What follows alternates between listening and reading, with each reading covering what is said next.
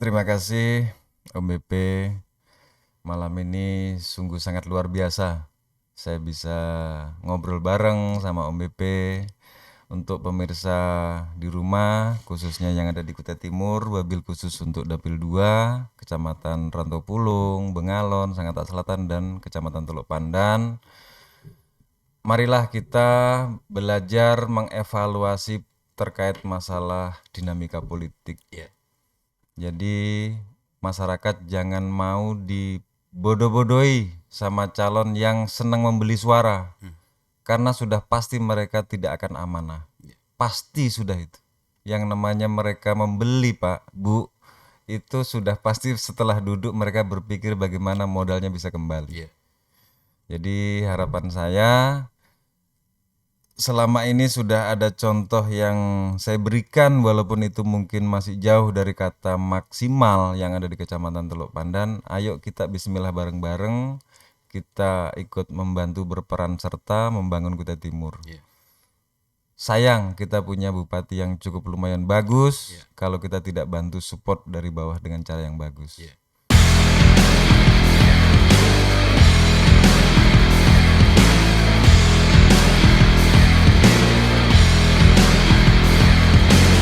Assalamualaikum warahmatullahi wabarakatuh. Selamat malam, ketemu lagi dengan Om EP di program Ngobrol Bareng Caleg atau Ngoblek di podcast Om EP. Malam ini tamu saya dari Dapil 2 Kutai Timur yang meliputi Kecamatan Sangatta Selatan, Teluk Pandan, kemudian Kecamatan Rantopulung dan Bengalon. Tamu ini seorang anak petani, tetapi dalam perjalanan hidupnya juga banyak mengikuti gerakan-gerakan politik, bukan saja di Kutai Timur, bahkan di daerah lain di Sulawesi Tengah. Sebentar beliau akan bercerita perjalanan politik beliau. Kemudian di perhelatan pemilihan bupati di Kabupaten Kutai Timur tahun 2020-2021 kemarin,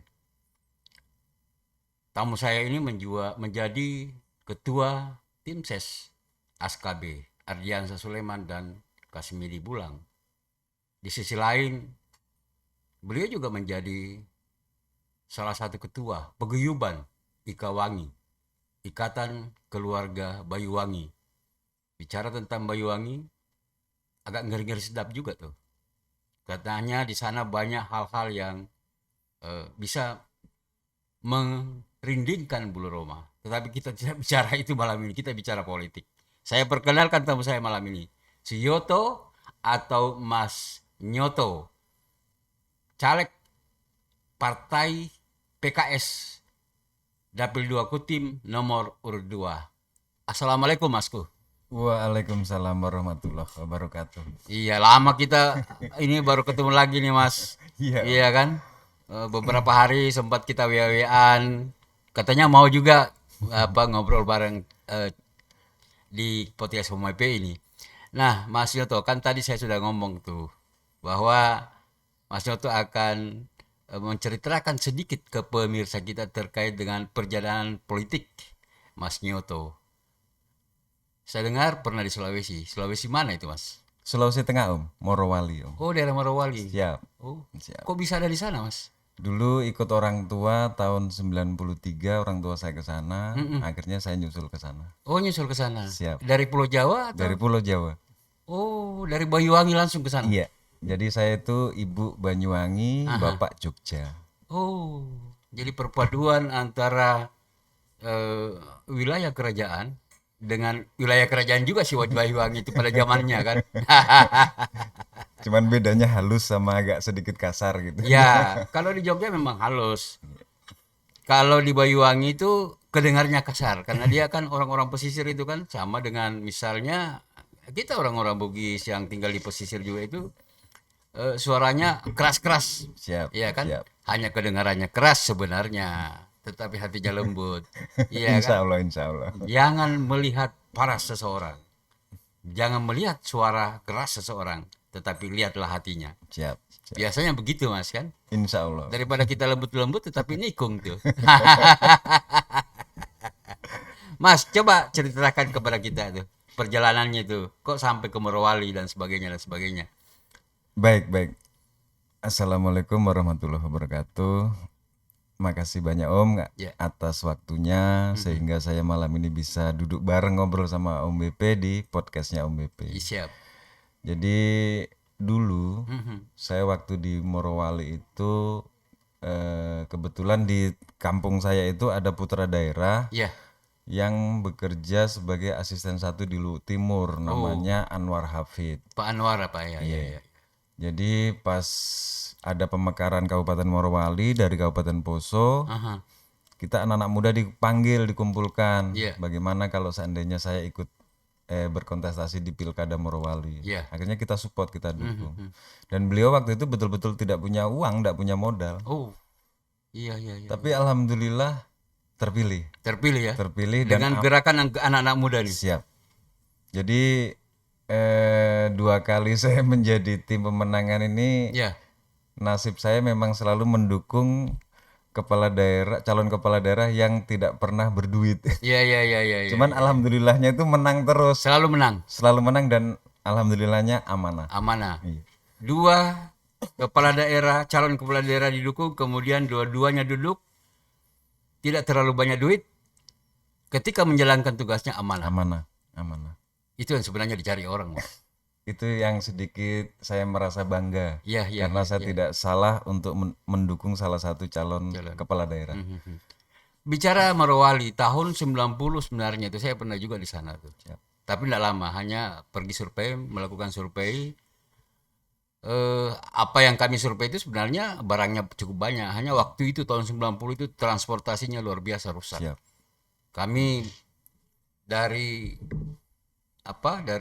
danau itu nyebrang karena hanya itu akses jalan yang bagus dan dekat. Iya. Tetapi kita tidak ngomong itu Mas. Ya kan. Yang kita ngomongin malam ini, yang kita ngobroli malam ini adalah terkait dengan kok tiba-tiba jadi caleg gitu loh. Apakah pengalaman politiknya merasa-rasa saya sudah pengalaman politik ini sehingga mau caleg atau gimana nih Mas? Jadi gini Om, kenapa saya ikut maju di dalam kontestasi legislatif atau pileg di Kutai Timur, khususnya Dapil 2 ini? Ya. Saya yang pertama itu agak sedikit gregetan aja sebenarnya Om. Oh, persoalan gregetan. Iya. Gregetannya begini. Ya, Saya datang di Teluk Pandan itu mulai tahun 2004. tahun 2004. 2004 dan waktu itu saya berusaha untuk tidak mengenal politik lah. Saya berkebun Ya, bersama orang tua dan keluarga. ya. Habis itu selama saya berkebun, kebetulan saya ini kan petani sawit. Ya. Di saat kita mau panen, mau apa, beraktivitas di kebun itu, teman-teman petani ini, sesama petani ini selalu mengeluh, Mas, kapan kira-kira jalan di kebun kita ini bisa bagus? Ya. Karena akses untuk ke kebun kita itu sangat luar biasa rusaknya itu. Betul. Akhirnya saya mencobalah mencari relasi, bagaimana caranya mengusulkan ini jalan ini bisa bagus. Bisa bagus.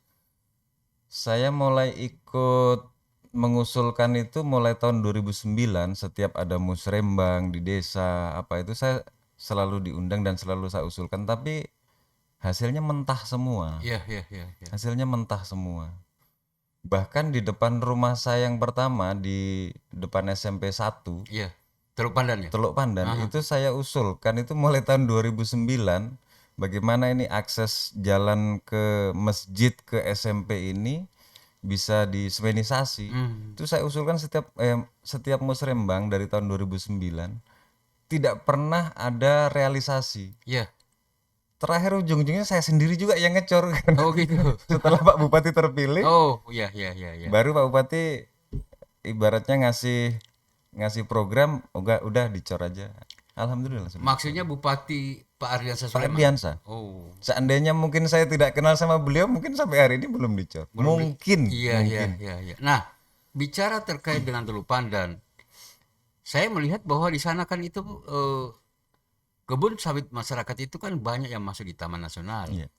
Mungkin juga itu salah satu penyebabnya, Mas.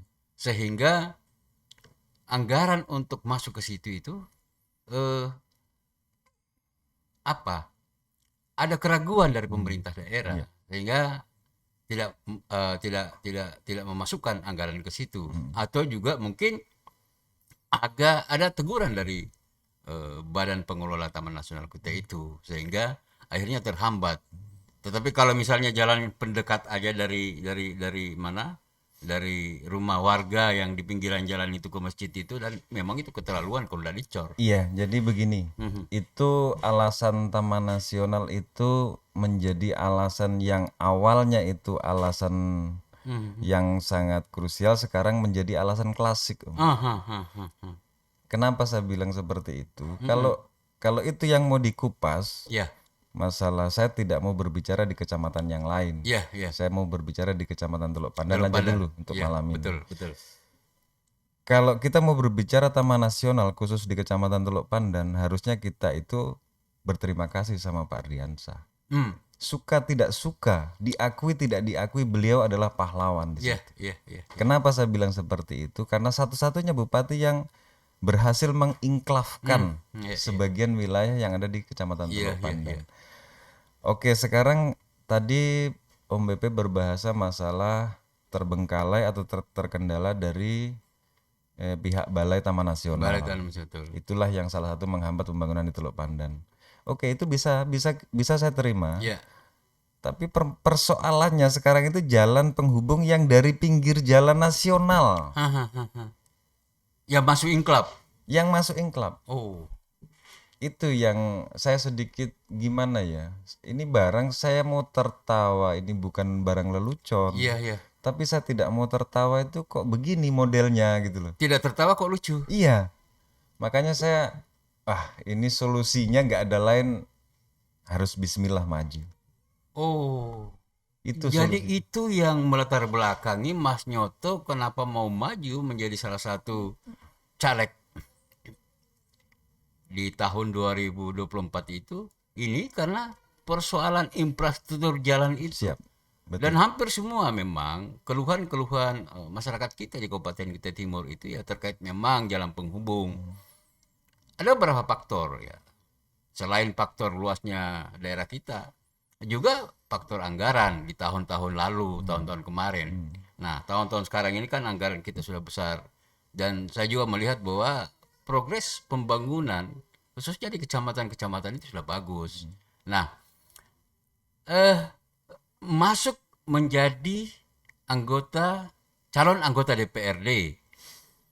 Kemudian mungkin ada sesuatu yang Mas Nyoto ingin katakan bahwa kan banyak tuh anggota DPR dari level 2 kemarin tuh.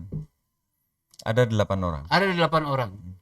Unsur pimpinan DPRD Kutai Timur itu semua dari Dapil 2. Semua dari dapil 2. Ketua, wakil ketua 1, wakil ketua 2, semua dari Dapil 2. Mereka, di tangan mereka ada palu.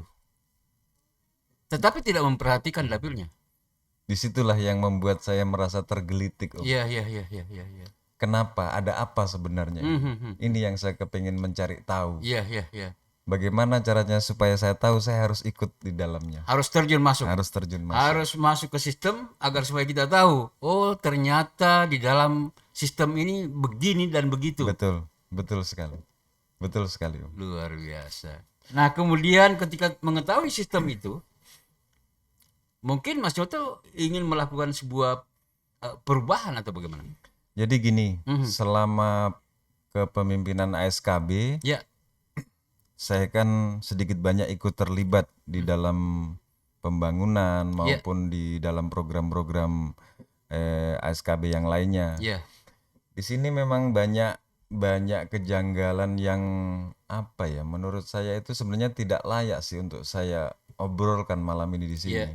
Tapi tidak apa-apa lah. Saya siap menanggung lahir Tidak batinnya. apa-apa, Mas. Yang penting apa yang kita obrolkan itu bisa kita pertanggungjawabkan. Ya, betul. Kemudian itu adalah fakta. Fakta, ya. Bukan hoax. Iya. Iya kan? Nah, kalau kita sudah bicara hoax, itu Iya. Dan saya pasti stop podcast ini kan. Betul. Nah, karena ini fakta ya silakan. Iya. Kita semua warga negara, apalagi calon anggota legislatif itu memang dianjurkan untuk bersuara, Iya. memotret keadaan kita di lapangan. Betul. Nah, silakan Mas.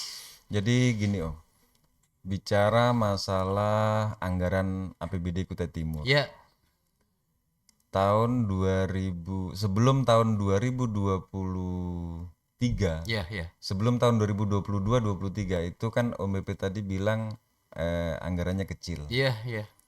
Tapi begini, sekecil-kecilnya APBD Kutai Timur, Iya. ini saya bicara khusus Dapil 2 Iya, aja. iya, iya, iya. Sekecil-kecilnya APBD Kutai Timur, kalau ada 8 dewan yang ada di Dapil 2 Iya, dan semua unsur pimpinan ada di situ, iya.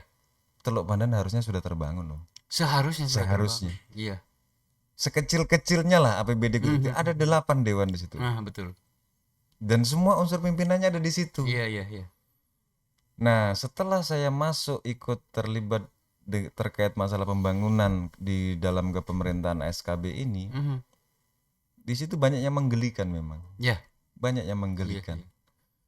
Jadi yang kasihan atau yang jadi korban itu masyarakat. Mhm, mhm. Jadi masyarakat itu selalu jadi korban politik Iya. atau bulan-bulanannya politik. Mhm. Kenapa sekarang di akhir tahun ini aspirasi membeludak sampai nggak karu-karuan, Iya, iya, sampai iya. bagaikan kayak air bah yang sudah nggak bisa dikendalikan lagi. Iya. Oh, Mas Nyoto ingin menyampaikan kepada penonton kita bahwa selama ini sebelum mendekati pemilu mereka tidak tahu kemana. Iya, kalau bicara progres pembangunan ada, Mhm. ada. Iya, Tapi kalau saya mau ambil persentase, iya, iya, iya. itu mungkin dari 2 langsung ke 50 gitu nah Om. Jomplang gitu nah maksud saya. Iya, iya, iya, Jomplang. iya. Jadi contoh ini saya bicara masalah program pembangunan ya. Iya. Kenapa yang dibangun itu, ini saya karena saya orang desa, Mhm. saya wong desa asli, Oh, desa asli, wong desa anak petani. anak petani, Iya. saya tidak bisa bicara yang terlalu memframing yang Iya, iya. yang cantik-cantik lah. Yang ibarat. penting apa yang sudah di Iya, lapangan itu yang saya itu sampaikan. yang saya sampaikan. Betul, betul. Jadi begini, selama 2 tahun setengah kerjaan saya itu nggak ada lain, hampir setiap berapa bulan sekali itu ngecor jalan terus. Iya, iya, iya. Sampai di dinas itu saya pernah ditanya, Iya. kenapa Mas Yoto senang sekali ngecor jalan? Dia bilang. Aha, aha. Sampai orang dinas nanya ke saya. Jadi saya jawab, itu yang disenangi masyarakat Pak. Iya, iya, iya, iya. Jadi setelah saya masuk ke dalamnya, Mhm. ternyata para kontraktor ini tidak senang dengan semenisasi jalan itu Om. Oh, Tidak senang. Jadi membludaknya anggaran sekarang ini, khususnya di Kecamatan Teluk Pandan, semenisasi bisa dihitung jari. oh jadi beberapa kontraktor tidak senang dengan semenisasi. Hampir 90%. Yang mereka senangi apa? Dan apa penyebabnya mereka tidak senangi? Ah, ini saya berani ngomong karena saya sudah ada di dalamnya Iya, sekarang ini. iya, iya. Dan saya siap kalau seandainya mau dipertemukan, saya siap. Iya. Senangnya itu pengerasan, turap, Iya. badan jalan. Katanya kalau semenisasi itu tulang semua Om. Oh, jadi ada istilah daging, ada istilah tulang. Ya, Kalau jadi di komisi ada komisi air mata, ada komisi mata air. Iya, betul, di kontraktor ada tulang, ada daging. Ada daging. Nah, luar biasa nih. jadi saya jawaban saya begini. Waktu saya ditanya sama orang dinas itu, Ya. memang Pak, semenisasi itu tulang, tak bilangin. Tapi saya suka tulang Pak, Ya. karena tidak semua tulang itu tidak enak. Kalau tulang itu dimasak sup Pak, jadi sup tulang, Iya. wah itu harganya mahal sekali. Betul, sop konro aja Iya. mahal, Mas. Jadi saya ngambil sisi manfaatnya itu, hikmah dibalik setelah saya semenisasi. Iya, iya, iya, iya. Hampir 100% masyarakat doanya pasti luar biasa. Iya, betul. Jadi itu saya ngambil sisi positifnya di situ. Itu artinya bahwa di kecamatan, bukan hanya di Teluk Pandan, masyarakat menginginkan itu adalah pembangunan infrastruktur jalan. Ya, yang diseminisasi, Iya. yang dicor, Iya. yang pakai ready mix. Iya. Pakai ready mix K300. K300. Kualitas tinggi. Karena pesannya Pak Bupati seperti itu. Iya. Jangan dirubah-rubah. Dan banyak orang tidak mau menangani itu. Iya. Karena itu adalah tulang. Tulang. Tapi Mas Nyoto masuk ke situ. Saya masuk ke situ. Karena itu adalah kebutuhan rakyat. Iya. Boleh dicek di dinas boleh. Boleh, luar biasa. Nah, Saya tadi ini mau berangkat ke sini. Iya. Baru selesai ngecor, ini tangan saya masih semen semua. Iya. Di RT 8 saya tadi ngecor. Nah, cor-cor jalan itu adalah kebutuhan rakyat. Dan Mas Nyoto melihat itu, ini yang harus diperjuangkan. Iya. Karena ini adalah kebutuhan. Iya. Nah, tadi pertanyaan saya belum terjawab semuanya itu, Mas. Terkait dengan ada 8 orang wakil rakyat di Dapil 2. Apa kerja mereka? Saya sendiri tidak tahu, Om. Maksudnya ini kemana dan apa yang beliau-beliau para anggota dewan ini lakukan. Iya. Karena di Dapil 2 ini ada 8 dewan ini, ada yang sudah 3 periode, Iya. ada yang sudah 2 periode, ada yang baru mau 2 periode. Kalau yang baru atau pengganti-pengganti yang PAW kemarin itu mungkin masih boleh lah, mau ngomong yang agak manis, saya masih bisa terima. Iya. Tapi persoalannya yang sudah lama-lama ini, Om. Yang sudah 3 periode, 3 periode, yang sudah 2 2 periode. Saya ambil contoh gini, Om. Ini ada fenomena sedikit terkait masalah Kecamatan Teluk Pandan, khususnya di Desa Marta Dinata, di Dusun Sidrap. Ya, Di situ kan perbatasan Bontang Kutim. betul. Dan berapa bulan yang lalu Ya. itu Bontang itu menggugat kembali melalui pengacara Pak Hamdan Zulfa. Itu kalau nggak salah dibiayai sama Pemkot Bontang itu 5 miliar. Waktu tanggal 4 Mei hari Jumat, Pak Bupati saya undang ke Sidrap. Iya. Kampung Sidrap. Mas. Kampung Sidrap. Iya. Habis sholat Jumat di Masjid Al-Hijrah, Pak Bupati langsung dikepung di dalam masjid ini, langsung dikelilingi sama warga Sidrap. Sama warga. Ya. Langsung main gas aja di situ. Iya. Pak Bupati, terus terang kami tidak mau pindah ke Kutim, kami mau pindah ke Bontang. Iya. Itu dengan suara sedikit agak lantang. Iya. Biasa di situ kan banyak juga orang-orang kita dari Solo. Betul. Maksudnya Sulawesi. Jadi Iya. luar biasanya seorang Pak Ardiansah sebagai Bupati Kutai Timur. Jawaban beliau, oh iya monggo silahkan. Kalau sampean mau pindah ke Bontang silahkan. Itu kebetulan di luar ada kepala dinas Disduk Capil saya bawa. Iya. Tidak usah repot-repot. Iya. Cuman tanahnya jangan dibawa. Iya. Kalau mau pindah ke Bontang silakan. Silakan warga kalau mau pindah. Silakan. Tetapi tanah jangan dibawa karena ini wilayah Kutim, ini wilayah saya. Akhirnya terus kita setelah selesai sholat Jumat bertemu masyarakat di RT 14. Di situ warga sempat mengusulkan dengan nada sedikit agak geram waktu itu. Intinya kami siap pindah ke Kutai Timur, yang penting kami diperhatikan. Karena Sidrap itu setelah saya bertanya kepada warga di sana itu sudah lebih 30 tahun tidak pernah tersentuh pembangunan. Sudah 30 tahun tidak pernah tersentuh pembangunan. Kemudian saya lihat juga itu di kampung Sidrap yang dekat Bontang itu ya betul-betul bagus pembangunannya sebenarnya. Jadi di situ kan bergandengan langsung sama Bontang. Jadi Sidrap itu bergandengan sama Guntung. Guntungnya itu ya sudah semi kota. Iya betul. Tapi Sidrapnya ini kan Sidrapnya ya masih bukan semi kota lagi, bukan desa lagi, tapi tetap di desa. Iya. Jadi akhirnya waktu itu Pak Bupati menyanggupi. Di tanggal 4 Mei hari Jumat itu menyanggupi, oke, saya akan coba penuhi apa yang menjadi permintaan warga Sidrap. Tanggal 4 Mei hari Jumat Pak Bupati menyanggupi, hari Senin semua alat langsung datang. Luar biasa ya. Hanya 4 hari Om. Untuk memperbaiki infrastruktur yang ada di Untuk sana. memperbaiki infrastruktur. Karena itu ada yang namanya Jalan Sempayang, itu kan jalan penghubung antara Teluk Pandan sama Bontang. Oh, iya iya iya. Jadi jalan itu sudah berpuluh-puluh tahun jangankan mau sepeda atau sepeda motor, orang jalan kaki aja tidak ada yang bisa karena kayu sudah besar-besar. Alhamdulillahnya setelah tanggal 8 Mei alat PU datang ke sana semua dikerjakan, sekarang jalan itu sudah bagus. Iya, Walaupun sifatnya pengerasan karena ada tahapan-tahapannya kan. betul. Sekarang Om tahu apa yang terjadi dengan warga Sidrap? Iya. Berangsur-angsur mereka pindah ke Kutim. Hmm. Jadi di Sidrap itu dulu ada 128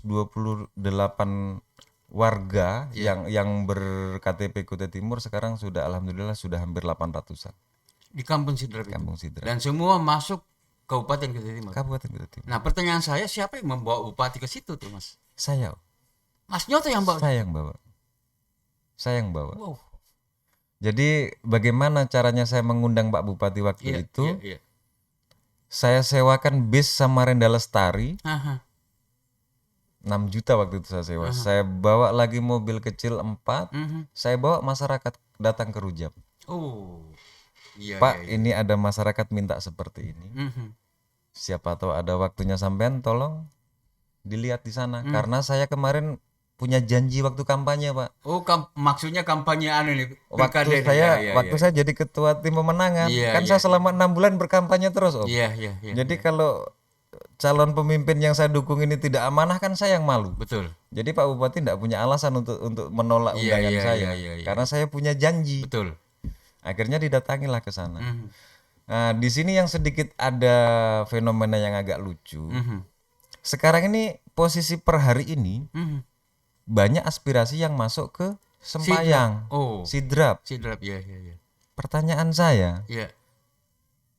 sebelum ASKB itu memimpin Kutai Timur, kan ada pemimpin-pemimpin sebelumnya, dan bahkan ada anggota dewan sebelumnya. Itu yang Mas Nyoto ingin katakan.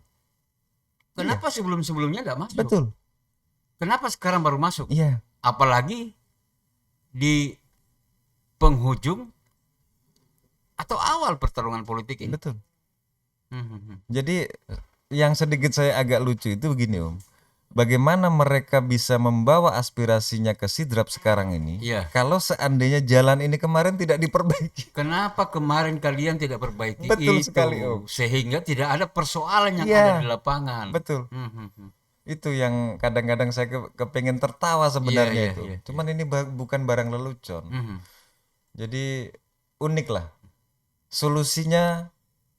Solusi satu-satunya saya harus ikut maju. Iya. Insya Allah kalau memang masyarakat di sana tidak ingkar dan tidak tergoda sama yang merah-merah itu, Om, Iya.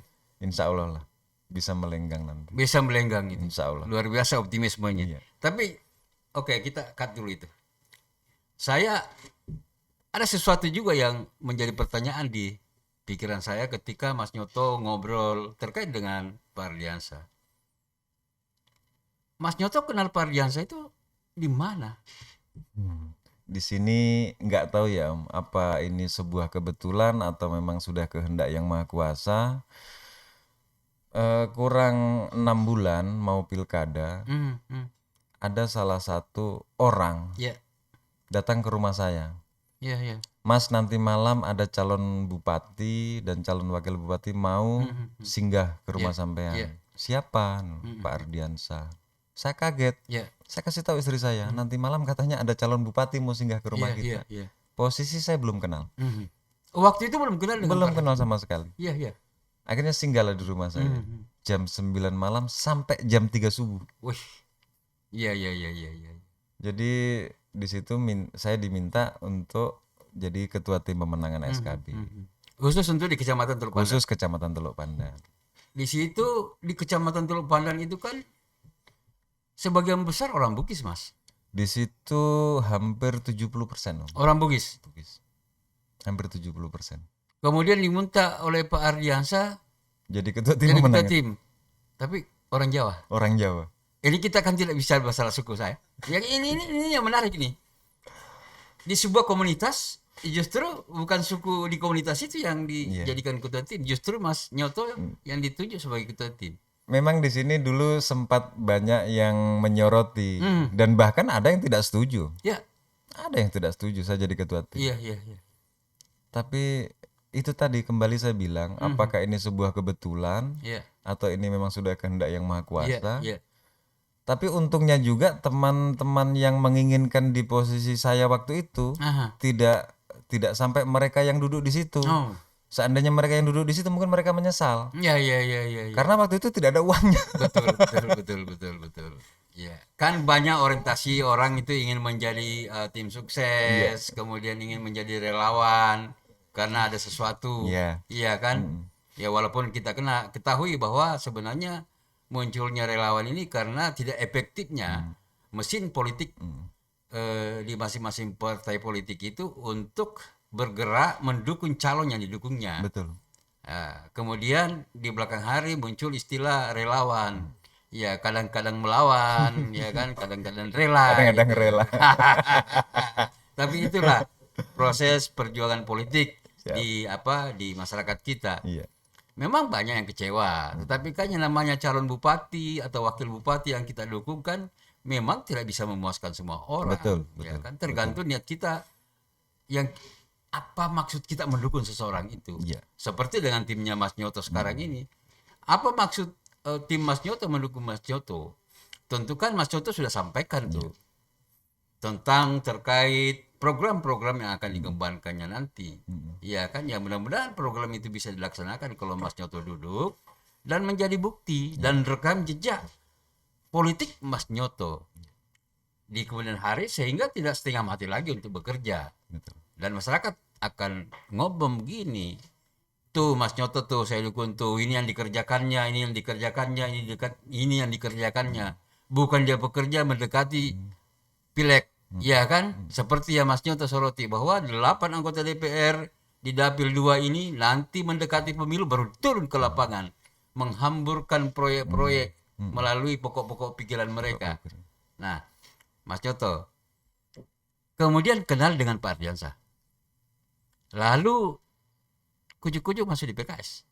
Apakah ada hubungan emosional itu sehingga Mas Nyoto masuk sebagai caleg? Jadi semuanya ini mulai dari ketua tim pemenangan sampai sekarang saya jadi ketua DPC PKS Kecamatan Teluk Pandan itu semuanya diminta Om.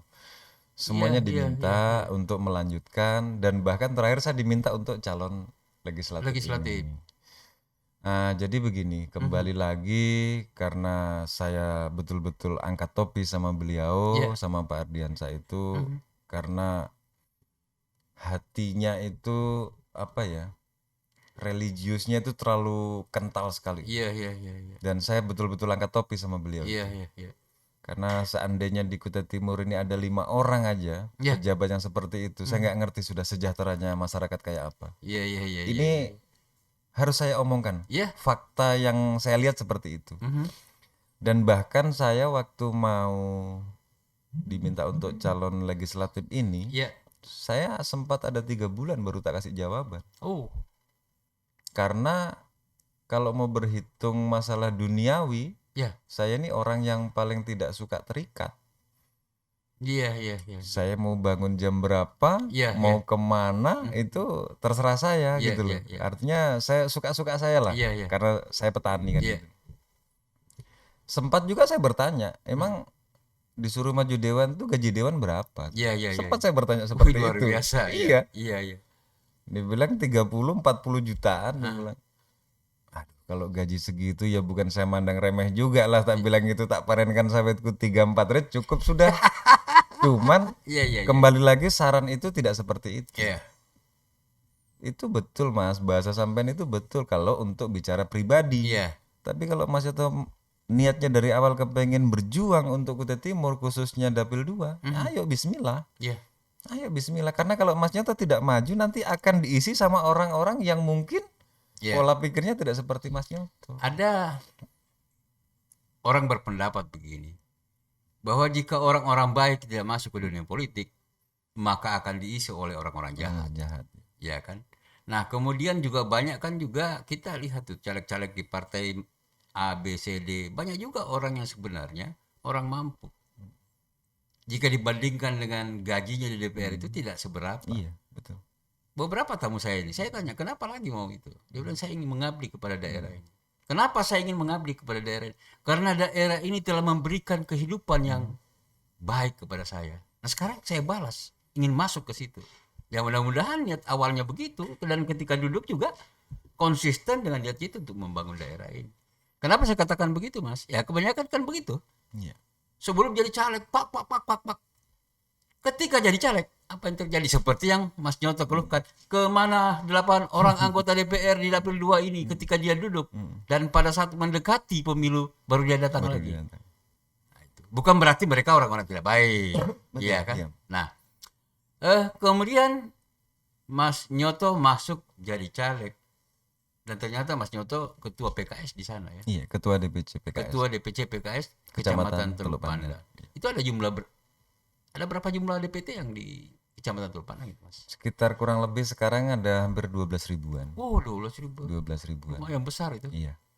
Saya sedikit mau berpesan Iya. sama calon-calon legislatif Iya. atau calon anggota dewan, khususnya Dapil 2, Iya. wabil khusus untuk wilayah Kecamatan Teluk Pandan. Iya, iya. Kalau tidak mau ingin stres yang berlebihan, jangan coba-coba main duit untuk di Kecamatan Teluk Pandan. Wow. Iya, betulan. Nanti banyak yang terkecoh di situ. Iya, iya, iya. Banyak yang terkecoh. Banyak yang terkecoh. Ambil uangnya, jangan pilih orangnya. Jangan pilih orangnya. Wah, ini luar biasa ini. Karena begini Om, ini silahkan boleh disurvei lah. Mungkin kalau 100% sih belum. Ya, betul. Tapi di angka 60-70% warga sekarang sudah mulai pintar dan sudah merasakan hasil. Sudah mulai sadar. Jadi begini, saya kurang lebih 2,5 tahun ikut terlibat dalam pemerintahan Kutai Timur, jadi penyambung tangannya Pak Bupati untuk Kecamatan Teluk Pandan. Karena saya ini basicnya petani, Iya. jadi saya setiap hari bergelutnya sama petani. Hampir bisa dihitung hari lah saya itu kalau mau ke Sangatta itu mungkin belum tentu saya sebulan sekali. Iya, iya. Paling komunikasi lewat telepon aja. Iya. Contoh nih, ada salah satu warga punya kebun kelapa sawit. Karena jalannya rusak, Iya. untuk mengeluarkan hasil buah kelapa sawitnya sampai ke timbangan itu perlu proses 2-3 kali. Wih. Yang pertama harus dibonceng motor dulu. Iya, iya, iya.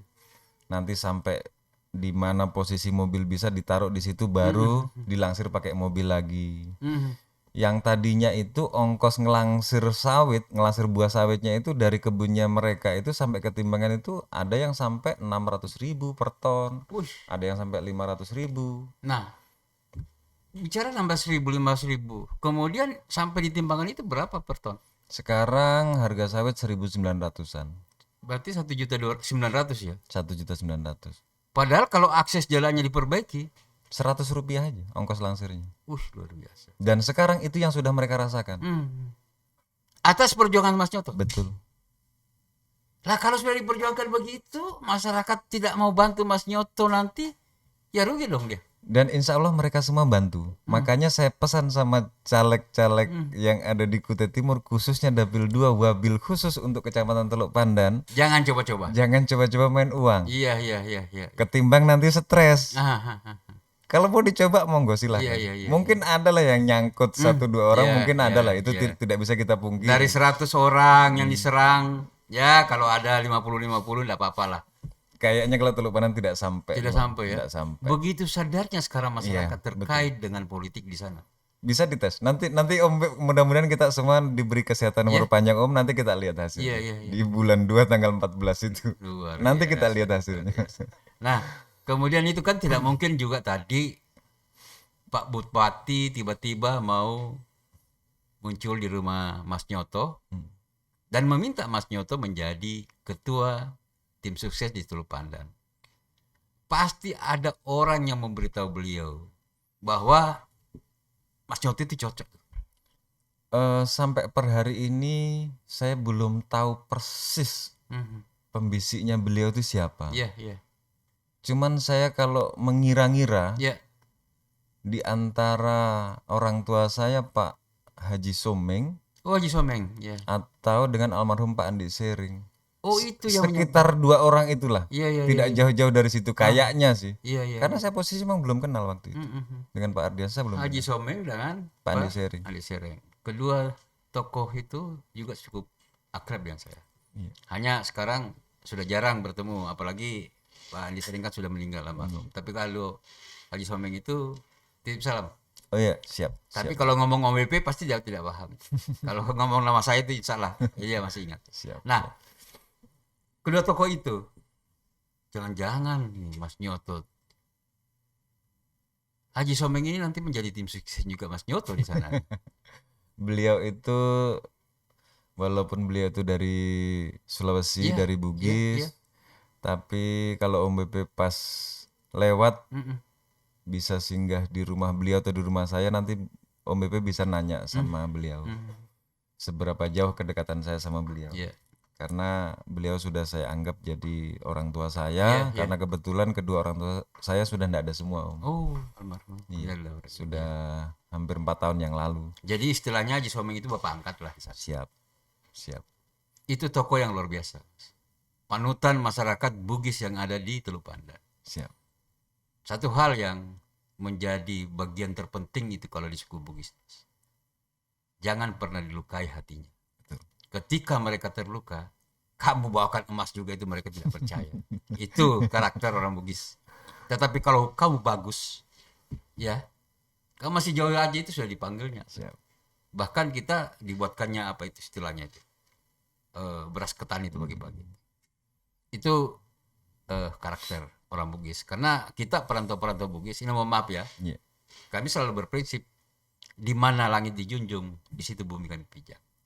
Sehingga ya alhamdulillah sekarang kita coba lihat di Kabupaten Kepri, begitu kondusif, semua suku berbaur dengan baik ya, karena masing-masing menyadari itu. Nah, masuk di PKS akibat kemarin sukses mensukseskan ASKB, akhirnya ditunjuk menjadi ketua DPC PKS. Luar biasa Mas. Iya kan, memang saya selalu prihatin tuh melihat PKS kemarin kan, sebelumnya itu kan ada wakil dari Iya. level 2 tuh. Level 2 Haji Ya. Burhan. Haji Burhan, mungkin disebabkan oleh penghukuman sosial sehingga tidak jadi. Ya mohon maaf ya, kita Betul. sampaikan itu. Betul, betul. Iya kan? Betul. Karena tidak, kinerjanya tidak baik, ya Betul. dia mendapatkan hukuman Betul. dari rakyat sendiri. Iya. Saya memandangnya bahwa memang daerah Teluk Pandan itu luar biasa tuh Mas. Kecamatan Teluk Pandan ini, kesadaran politiknya sudah mulai Betul. meningkat. Kenapa begitu ya? Karena dekat dengan Kota Bontang. Kota Bontang. Iya. Iya. Nah, itu kan kita bicara Teluk Pandan, Mas.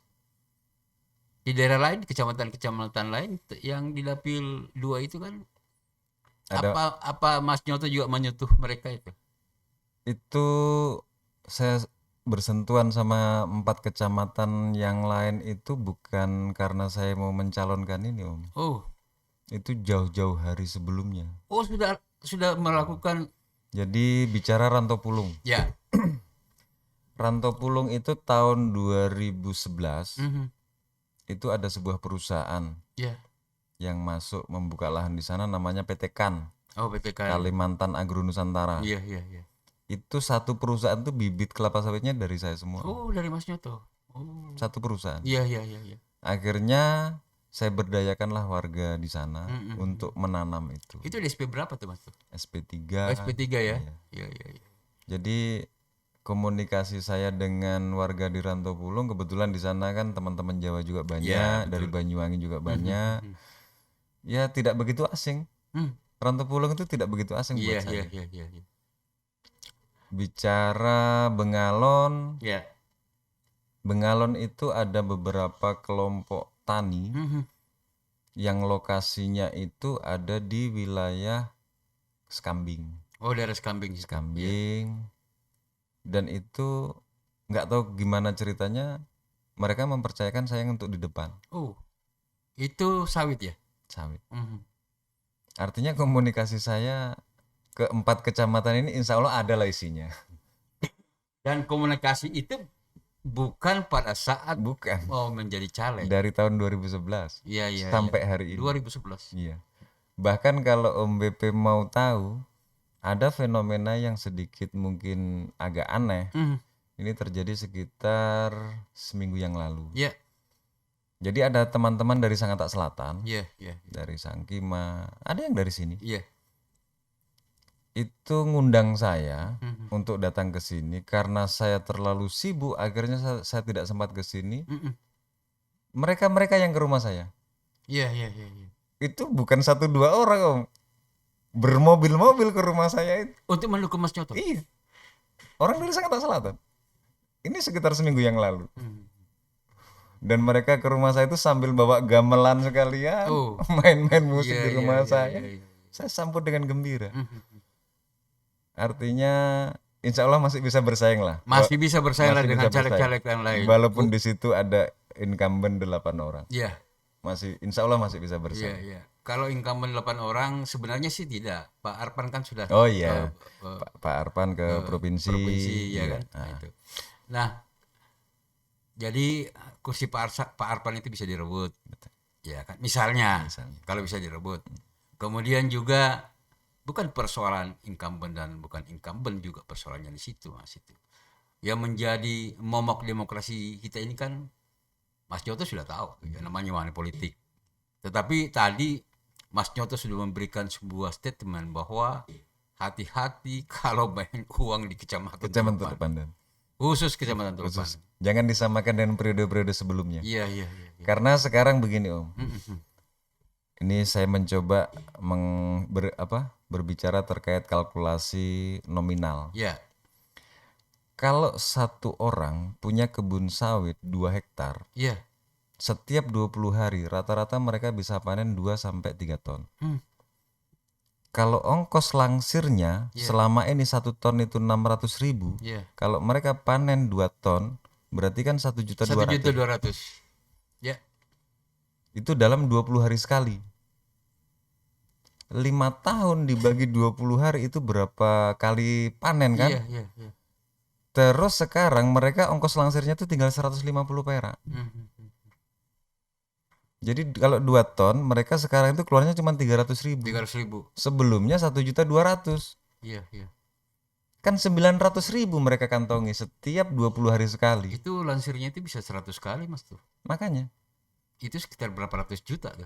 Selama 5 tahun. selama 5 tahun. Jika kau dikasih uang 500 Kalau tidak ada sekarang apa-apanya tuh. ada caleg mau datang ngasih uang jangan 200-300 Om, biar 1 juta. Lewat itu. Lewat barang itu. Boleh dites nanti. Luar biasa. Boleh dites. Iya, iya, iya. Betul lah. Mudah-mudahan Iya, Om BP saya masih sama-sama diberi kesehatan umur panjang. iya, Nanti bisa dites. Luar biasa ya kan. Nah, hati-hati tuh caleg yang di dapil 2. Kalian bom di sana, bom kalian akan kembali ke Anda. Saya khawatir nanti ada bahasa begini. Ada tim suksesnya ngomong begini nih. Ini sambil berseloroh Mas ya. Kemarin kan kalian bilang di sana ada yang bom. Nah, sekarang saya kasih kamu alat bomnya. Nah, kenapa tidak ada suara saya? Langsung si tim sukses mengatakan bomnya orang lebih besar. Ya kan? Iya kan? Loh, masa tidak ada satupun suara saya di sana? Loh, saya juga kena bom. Dan mungkin saya salah satunya caleg dapil 2 yang tidak punya tim sukses Om. Oh, Saya tidak punya tim sukses. bekerja sendiri. Tim sukses saya itu masyarakat. Ya, Jadi saya pernah ditanya sama masyarakat, Pak, sampean di daerah ini tim suksesnya siapa? Tim sukses saya sampean.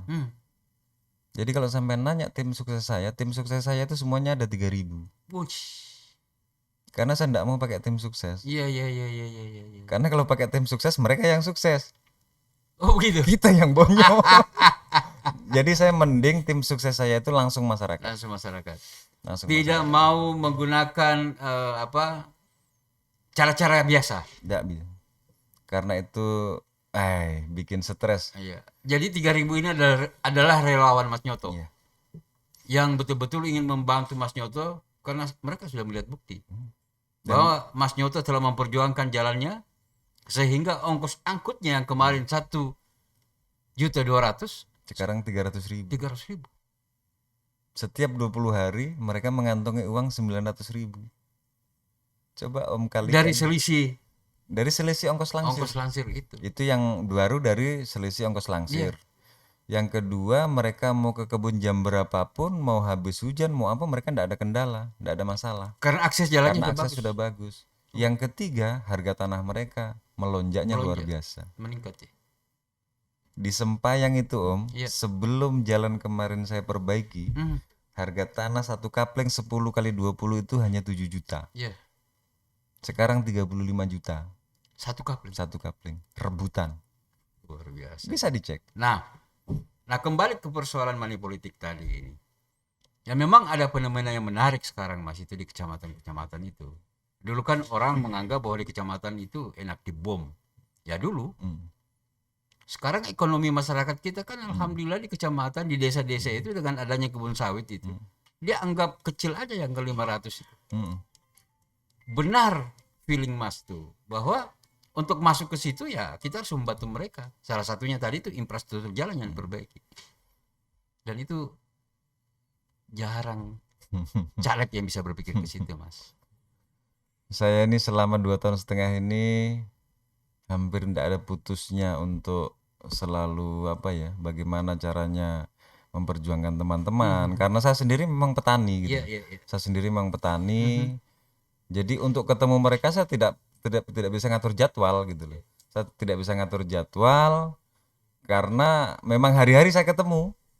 Saya ketemu, saya bangun tidur, pagi habis sarapan, minum kopi, saya ke kebun. Ketemu mereka lagi. Iya. Disitulah sosialisasinya. Situ sosialisasi. Terjadi interaksi. Betul. Bukan hanya interaksi politik, akan tetapi interaksi persoalan-persoalan yang mereka hadapi.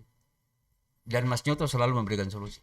Jadi banyak Om yang betul-betul kayak orang main sulapan itu banyak. Dan itu jangankan orang lain, warga sendiri aja heran-heran. Ya. Saya pernah Om dipanggil warga, ada 2 RT itu warga itu. Manggil saya, ngundang saya di pinggir sungai waktu itu. Jam 9 pagi saya diundang. Akhirnya saya datang sudah banyak orang. Ada ratusan orang di situ. Jadi waktu itu saya tanya, ada apa ini kok rame-rame? Katanya, Mas kami ngundang sampean ke sini siapa tahu bisa bantu untuk membersihkan sungai. Iya. Karena kami yang ada di RT 5, RT 6 itu kekeringan. Sudah ada 3 bulan kami beli air. Karena sungai itu terjadi pendangkalan. Sungai Teluk Pandan itu. Nggak lama ada lagi yang bersuara. Keras suaranya. Mas Nyoto kalau nggak bisa bersihkan sungai sebelum pemilihan lebih baik jangan nyalon, jangan ikut maju. Ini tantangan ini. Karena kami sudah bosan sama janji-janji. Iya. Saya sempat kaget juga kenapa Bapak ini ngomong seperti itu gitu loh. Jadi setelah saya dipersilakan ngomong saya jawab. Bapak bolehlah berbicara seperti itu, tapi kan yang pernah menjanji Bapak bukan saya. Iya. Dan Mas Nyoto waktu itu belum menjanjikan. belum menjanjikan. Iya. Tapi namanya saya ini tidak bisa berbahasa basi Om. Langsung saya jawab kontan bahasa itu. Jadi saya mohon jangan ada yang berbicara. Tolong dengarkan bagus-bagus bahasa saya. Semua yang hadir di sini tolong dengarkan bagus-bagus. Kalau saya tidak bisa bersihkan sungai Teluk Pandan sebelum pemilihan, jangan ada yang pilih saya satu pun. Iya. Langsung saya gitu kan. Ditantang balik. Langsung saya tantang balik. Iya. Cuman pertanyaan saya, kalau saya bisa bersihkan sungai sebelum pemilihan, apa jaminan saya untuk sampean-sampean tidak lari dari saya? Iya. Langsung terdiam di situ. Jadi waktu itu hampir 1 orang pun tidak ada yang percaya kalau saya bisa bersihkan sungai. Karena panjang Om. Iya, kenapa mereka tidak percaya? Karena mereka trauma. Masyarakat kita trauma terkait dengan janji-janji. Betul. Janji politik. Betul. Para orang-orang yang ingin bertarung di dunia politik. Betul. Bahkan setelah jadi pun lupa janji.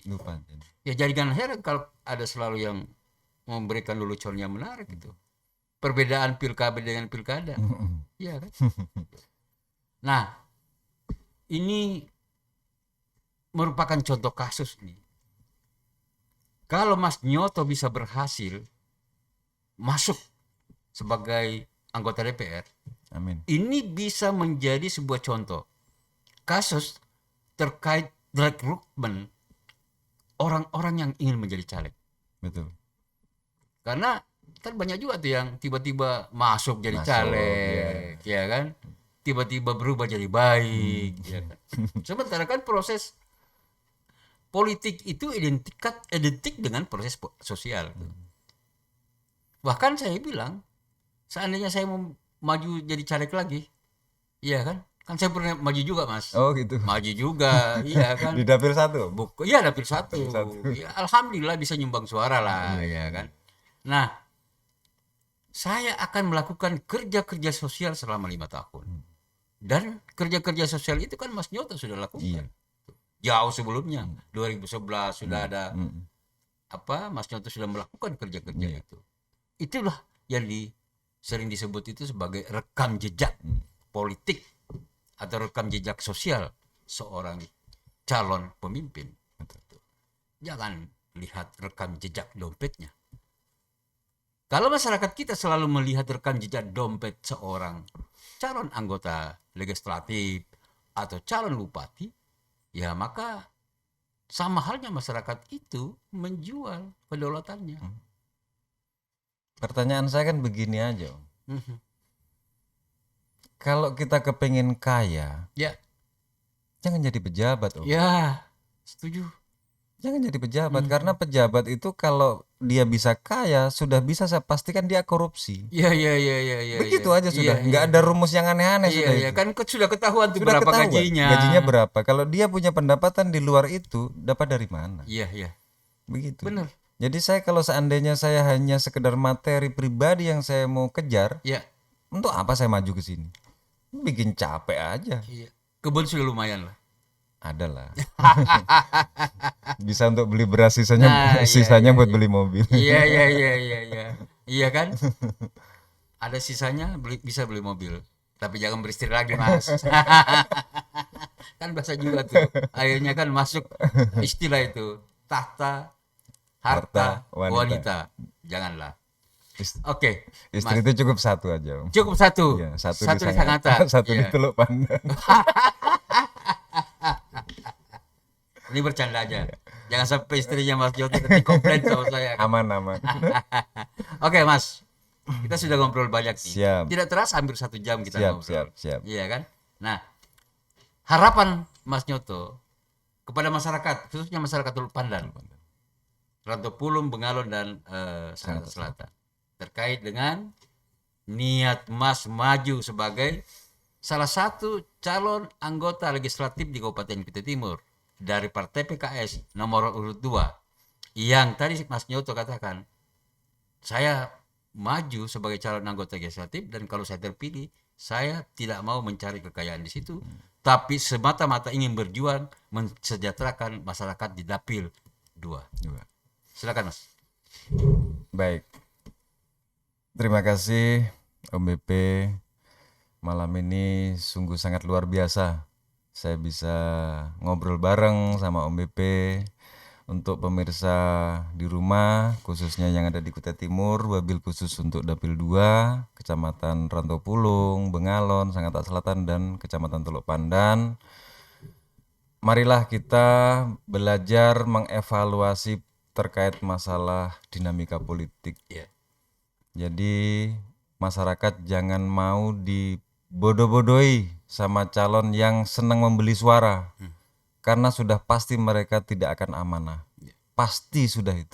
Yang namanya mereka membeli, Pak, Bu, itu sudah pasti setelah duduk mereka berpikir bagaimana modalnya bisa kembali. Iya. Jadi harapan saya, selama ini sudah ada contoh yang saya berikan, walaupun itu mungkin masih jauh dari kata maksimal yang ada di Kecamatan Teluk Pandan. Ayo kita bismillah bareng-bareng, kita ikut membantu berperan serta membangun Kutai Timur. Iya. Sayang kita punya bupati yang cukup lumayan bagus, kalau kita tidak bantu support dari bawah dengan cara yang bagus. Iya. Mungkin itu aja, Om. Oke, baik, Mas Nyoto. Saya ulangi lagi bahwa si Nyoto adalah seorang petani, seorang anak petani yang bergelut di dunia pertanian. Banyak kenyataan pahit yang ditemuinya di lapangan.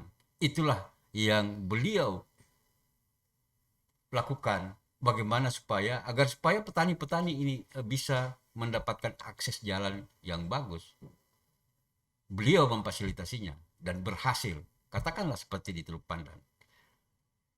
Lalu kemudian saya ingin sampaikan bahwa rekam jejak sosial seorang caleg sangat dibutuhkan agar supaya kita tidak melihat apakah caleg itu punya duit atau tidak, tetapi apa mereka yang telah kerjakan selama bertahun-tahun di lingkungan kita. Jika Tuhan menghendaki Mas Nyoto atau Pak Suyoto ini menjadi calon anggota DPRD di Kabupaten Timur, ini adalah contoh konkret rekrutmen kader yang bagus karena kerja-kerja sosialnya sudah bagus di lapangan. Saya akhiri podcast ini. Assalamualaikum warahmatullahi wabarakatuh.